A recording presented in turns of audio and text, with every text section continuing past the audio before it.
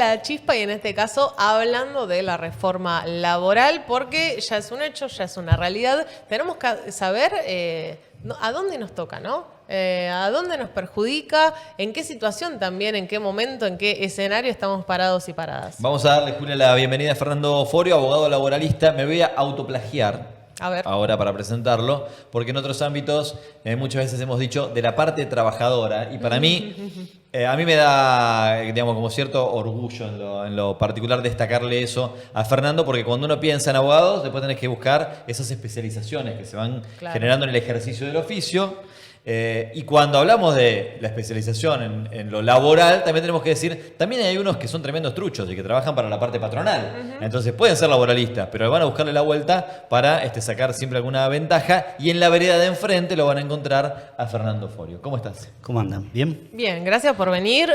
Tenemos muchas preguntas, muy poca información lamentablemente del otro lado, así que vamos a matarte a preguntas, si nos permitís. Sí, yo creo que hay poca información sobre esta ley, ya no reforma, todavía nos queda el latiguillo de decir esta reforma, no, ya esta ley.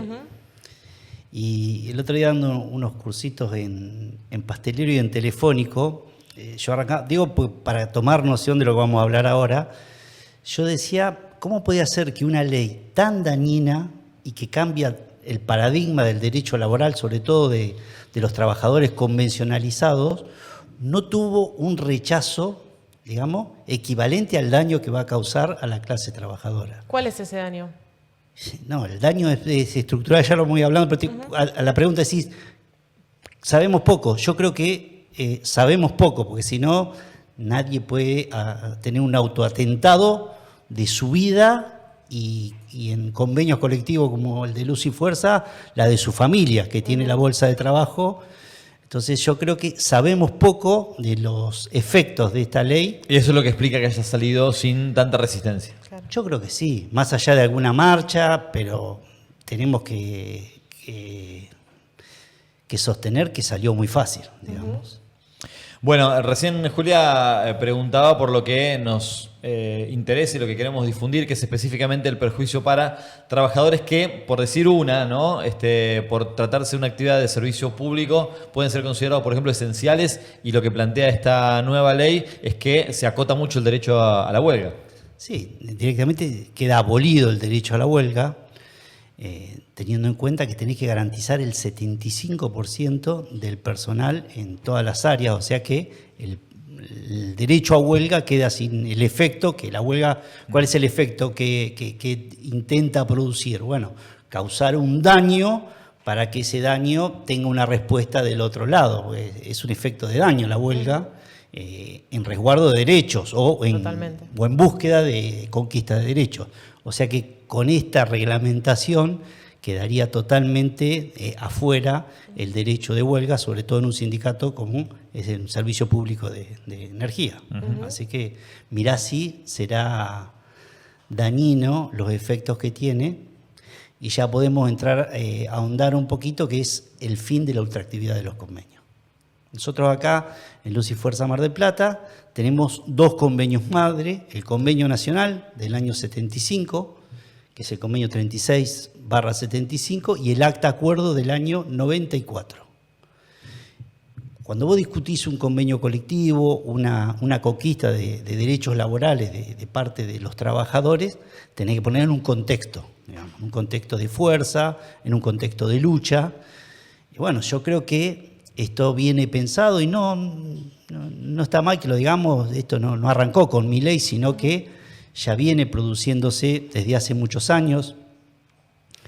El derecho de huelga ya, por ejemplo, en algunas empresas de este sindicato se viene cercenando. Yo una vez hice una ponencia que decía la monetización de la huelga, digamos, que es el descuento que sufren los trabajadores ante ese día de huelga, que te hace no realizarla.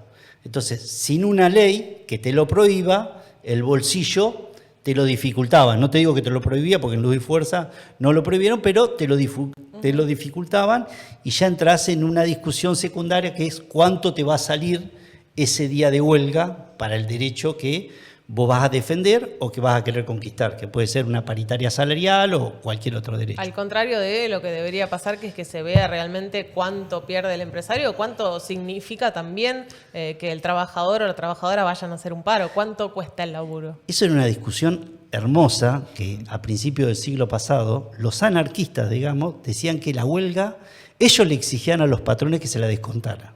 Porque decían, es lo que nosotros invertimos, no perdemos. Es lo que nosotros invertimos para conseguir un derecho o para mejorar el derecho que tenemos.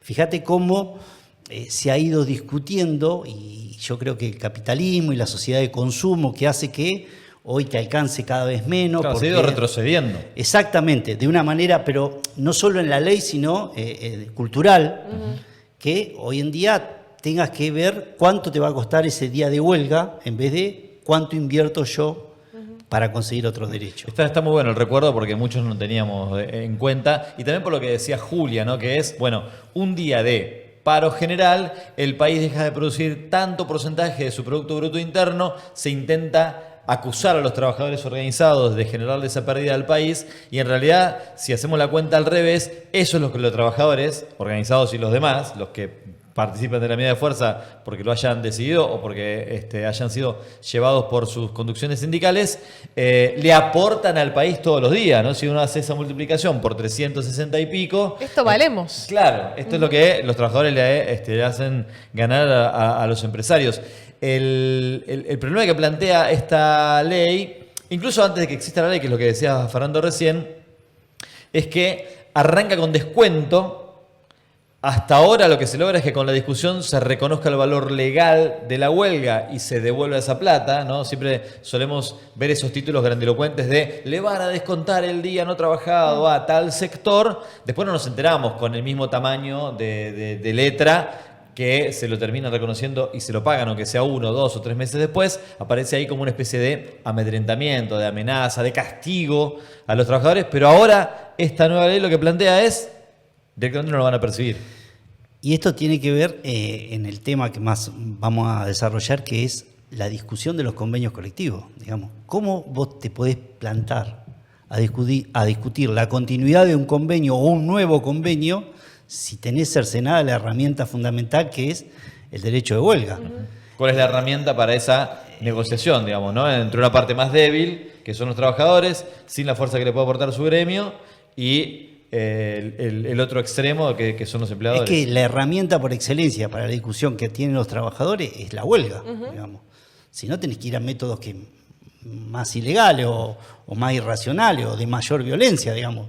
La huelga es el único elemento que a vos te permite sentarse en ese desequilibrado banco, de un lado los patrones y del otro lado los trabajadores, para poder conseguir fuerza y ahí poder hacer valer tus derechos. Por eso es que es tan importante esto del fin de la ultraactividad en convenios, sobre todo como el de Luz y Fuerza Mar del Plata. Vamos a meternos ahí porque muchas veces se nombra como título, pero está bueno que el trabajador y trabajadora sepa de qué estamos hablando, en especial los de Luz y Fuerza, ¿no?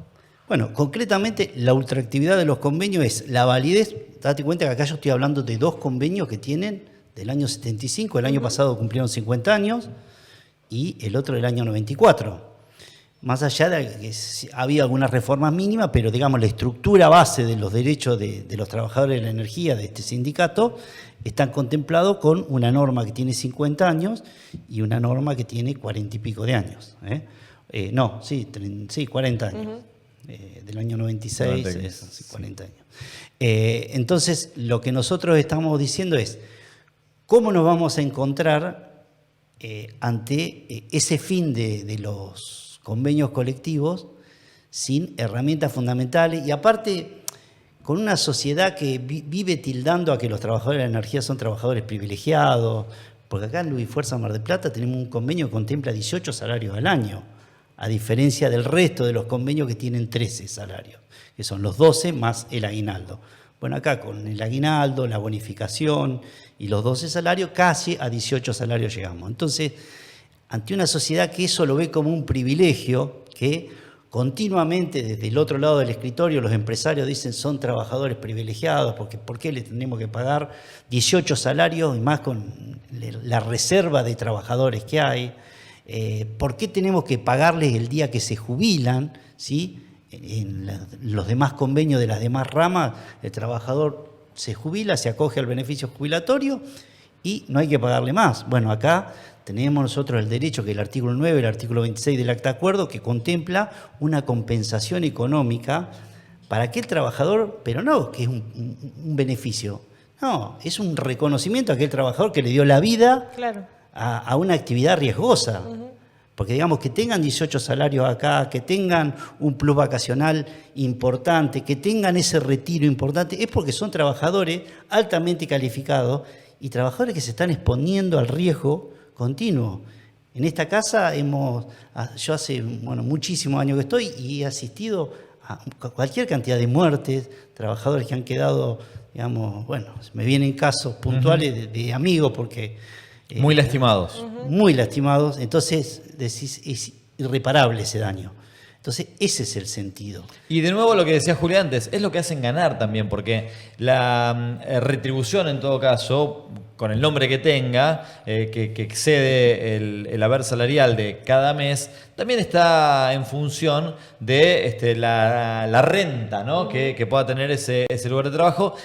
Y habría que empezar a verla al revés, en vez de como un privilegio, como, no sé si decir el piso, pero sí la posibilidad de una comparación o de un parámetro que en otros ámbitos haga que eso se pueda reproducir, se pueda acercar, se pueda asemejar, para que no parezca que son excepcionales esas oportunidades laborales que ofrecen esos ingresos. Lo que estamos planteando es que en uno de los aspectos de esta ley de modernización, entre muchas comillas, laboral, sí o sí, al término de un año, de todas las convenciones colectivas, se abren, se revisan y se van a modificar y ahí no saben que termina. Con la diferencia que con la ultraactividad, esa discusión, hasta que no se llegara a buen puerto, seguía la norma convencional madre vigente. Claro. Ahora no, deja de producir efecto y vos tenés que regir durante el periodo que termina la convención colectiva de trabajo y se discute la nueva con la ley de contrato de trabajo. O sea que en esta actividad serían pérdidas totales. Es emparejar para abajo. Totalmente, pero aparte no solo con pérdidas económicas, sino con pérdida de especificidades que tiene esta norma convencional, que yo digo es muy excepcional, no privilegio, sino excepcional, por el tipo de tarea que es. Y le doy un dato más, no la pagan las empresas, porque cuando se hace el tarifario del costo de la energía, ahí se pone en cuenta el costo de la masa salarial, o sea que lo pagan los usuarios. Claro. No es que la empresa tenga un mayor desembolso de dinero, sino que está dentro del costo tarifario. Y que las empresas lamentablemente faulean ¿cómo?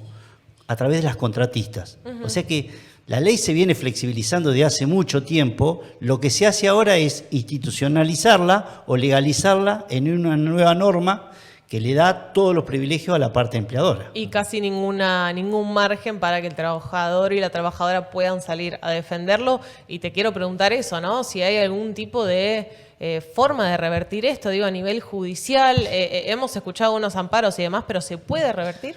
Yo, digamos, Javier me conoce hace muchos años, soy bastante reacio a que la solución de los trabajadores quede en manos de los tribunales de justicia.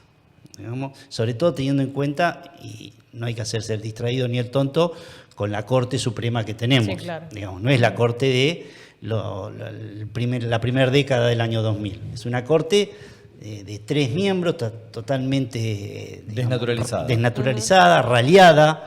Escuchamos al ministro de Justicia que dijo que no es prioridad de esta gestión completar el cúmulo de miembros de la Corte, que tiene esa tarea pendiente de generar no solo representantes de los trabajadores como jueces laboralistas, sino el tema de cupo, de género. Bueno, no es prioridad y no es casual que no sea prioridad, porque, digamos, es una herramienta que tienen en el último de los casos para poder inclinar cualquier tipo de resolución que vayan a tomar los jueces de trabajo, como están tomando en Córdoba en diferentes fallos que ya han declarado inconstitucional algunos artículos de esta norma, porque es una norma aberrante. Por eso yo vuelvo siempre a esta pregunta: ¿qué nos pasó para que una norma que sea tan perjudicial para la clase haya pasado tan livianamente?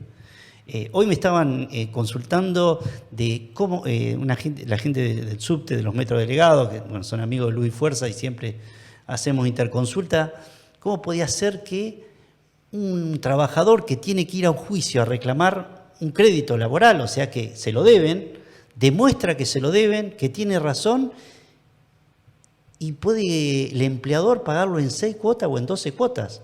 O sea que qué contrasentido. Si vos hoy me debés, tenés que pagarlo de contado.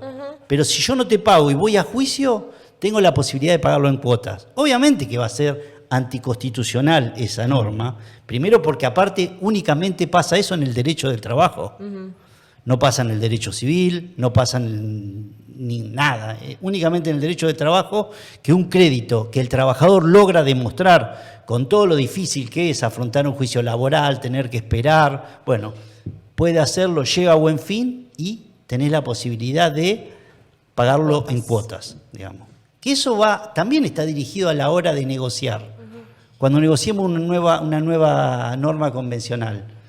Hoy tenemos la posibilidad del empleador que se pueda fácilmente sacar de encima a los trabajadores a través de este tipo, a través del FAL, que es un FAL para ejecutar trabajadores, como la palabra lo dice. Nunca mejor puesto el nombre. Exactamente, sí. Que la indemnización por despido tiene una finalidad de proteger al trabajador que no sea despedido sin causa. ¿Por qué? Porque por lo menos, esto es una vieja discusión también, que antes decían que la estabilidad tenía que ser absoluta. Bueno, ganó la parte más blanda y se cambió la estabilidad absoluta por una estabilidad tarifada. Bueno, ahora sacaron hasta eso, hasta la estabilidad tarifada. Fernando, el punto en el que se habla de no sancionar, no multar, eliminar las cargas que le implicaría a un empleador una irregularidad o un incumplimiento del marco de la ley, ¿vuelve a abrir la puerta o sigue en el caso de los trabajadores de la energía facilitando la tercerización, el pase, digamos, de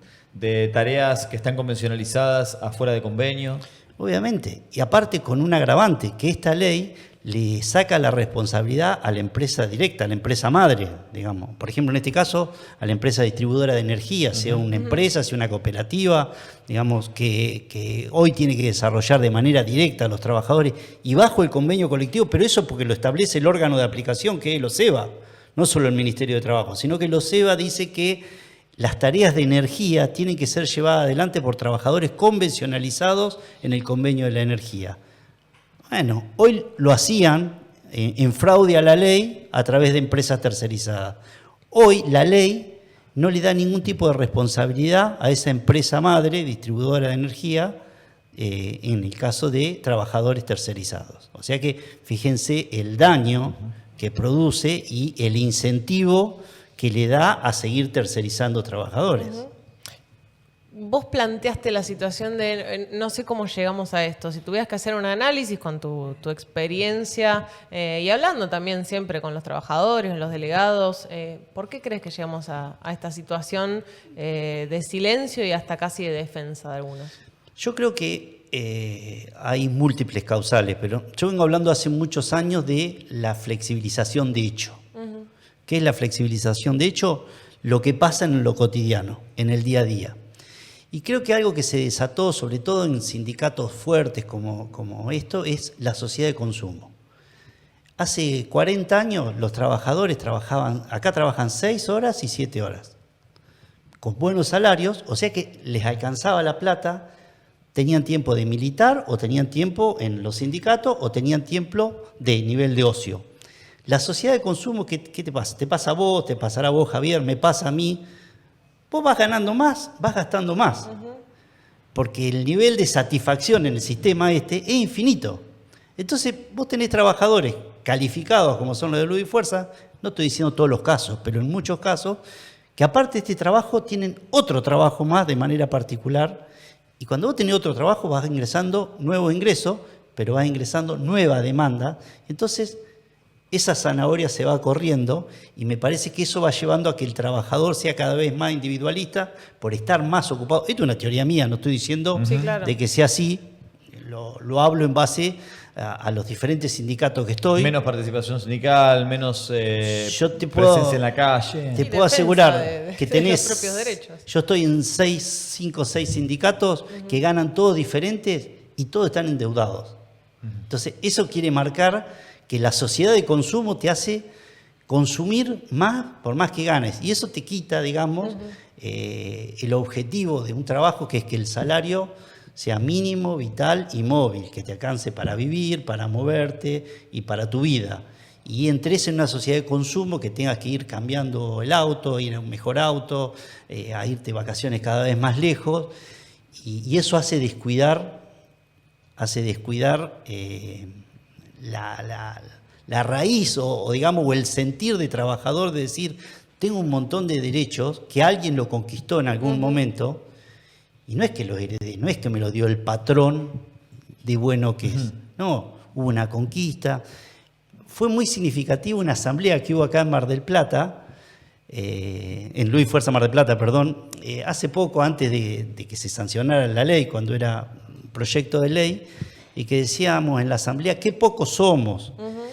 Y a mí fue bárbaro esto que dijo. Un trabajador dice, la pucha, dice, mirá si seremos poco, que yo fui un perseguido, fui despedido, estuve en la carpa, gracias a este sindicato volví a reingresar. Mi hijo entró por la bolsa, por ser familiar directo, y no está conmigo acá. El tipo se hizo cargo y la verdad que fue el ejemplo ese. Una síntesis. Una síntesis de qué por ahí nos está pasando ahora. Y no sé qué pensarán muchos trabajadores de que a mí no me va a pasar. Lo que sí sé es que tal vez al convenio colectivo no lo vamos a perder porque a los empleadores no les gusta el quilombo social, pero que esto va a afectar a la hora de negociar nuevas paritarias y que va a ser una herramienta de extorsión continua en este sindicato y en todos los otros sindicatos, diciendo, bueno, vos querés seguir teniendo la norma convencional esta, tranquilo con la paritaria, que ya ha pasado. Y este sindicato no es un sindicato dependiente, porque acá se cobra la cuota social nada más, pero hay diferentes sindicatos que vos ves la cantidad de rubros que le cobran a los trabajadores y han hecho una estructura muy grande que sin esos aportes directamente quiebran. Entonces van a ser dependientes para mantener los aportes, de entregar derechos o entregar remuneración. Porque acá lo que estamos entre el capital y trabajo, lo que hay una puja de ingresos. O sea que esta ley va a ser vital para sacarle ingresos a los trabajadores. Y nos quedamos con eso de resumen, ¿no? Un poco porque la idea no es meter miedo, la idea no es estar asustando a nadie, sino estar cada vez más informados sobre lo que significa esta ley. Realmente que ya, bueno, fue aprobada, que ya está vigente, pero lo que significa también la participación a la Los hora trabajadores de de Luis enfrentarlo. Fuerza no necesitan meterle miedo porque ellos conocen lo Por que eso, fue el proceso claro. de la privatización en el año 94, o sea que están más alerta que nunca, por eso es tan importante acá los jubilados porque son, digamos, una transmisión viviente de lo que vivieron y de cómo tuvieron que pelear, porque bueno, no fue un sindicato manso y creo que no es un sindicato manso Luis Fuerza Mar del Plata y va a tener que estar como ha tenido que estar otras veces. Estamos cerrando esta entrevista que imaginamos que va a ser la primera de muchas invitaciones que vamos a hacerte, Fernando, para compartir en el streaming de las y los trabajadores de Luz y Fuerza, en el streaming sindical que tiene la ciudad y la zona. Y en el cierre toca, y vos dijiste que estuviste viendo los streaming anteriores, así que estarás preparado para la pregunta que se sale de contexto. A ver. ¡Apa! Es un gran asador. Dale, dijo. Y es un gran Sí. anfitrión de asados. ¿En serio? Fernando Mirá el dato Forio. que estás tirando. Nunca con encendedor. O sea que la Bueno. chispa en la parrilla Sabe prender la chispa. es legítima. Sí, Vamos a decirlo sí. así. Así que no vamos a ir por ahí. Ok. ¿Por dónde querés ir No, entonces? no sé. A mí yo quiero saber siempre lo mismo. Soy muy monotemático, muy Sí. recurrente. Voy siempre a preguntarle cómo se llevan con la corriente eléctrica en el domicilio. Bien. no lo alguna? hacían ni- No, Sí, claro. bien, Loca. bien. Claro. ¿Cuál es el de Yo soy Philip y cuál es el No, de no, paleta? yo soy totalmente desastroso. Mi mujer es mucho más astuta que yo. Mirá. Pero cuento con muy buenos compañeros de Luz y Fuerza Mar del Plata. Bien. No más, ahí así que está. levantás el teléfono y decís, No. devolveme este favor. La unión hace No, no, a ver. fuerza. Eso, a mí me gustó. La unión hace la fuerza. Sí. Está bien. Cerramos ahí. Yo te ayudo con este papel. Favor con favor se paga. ¿Y vos me ayudás con este enchufe? Exactamente. ¿Pero qué? ¿Pero Ahí qué? va. ¿Pero cambiar un alargue? No. Yo he tenido desde lo más básico. ¿Agregar una luz en el patio? Desde lo más básico a lo más complejo. Y nada le salió. Pero bueno, no No, importa, no. dejalo. Siempre me lo resolvió un compañero de Luz y Fuerza Mar del Plata. Ahí está. El Grandes compañero compañeros. siempre está, señoras y señores. Muchas gracias, Fernando. Gracias Hay a que conocer ustedes. sus limitaciones. Exacto. Y bueno, y prometo que otra vez iremos a cada uno de los institutos porque es muy difícil, digamos, en un ratito. Seguiremos claro, sí. dándole espacio a este ¿eh? tema. Dale, abrazo Gracias. para todos. Seguimos con más de La Chispa.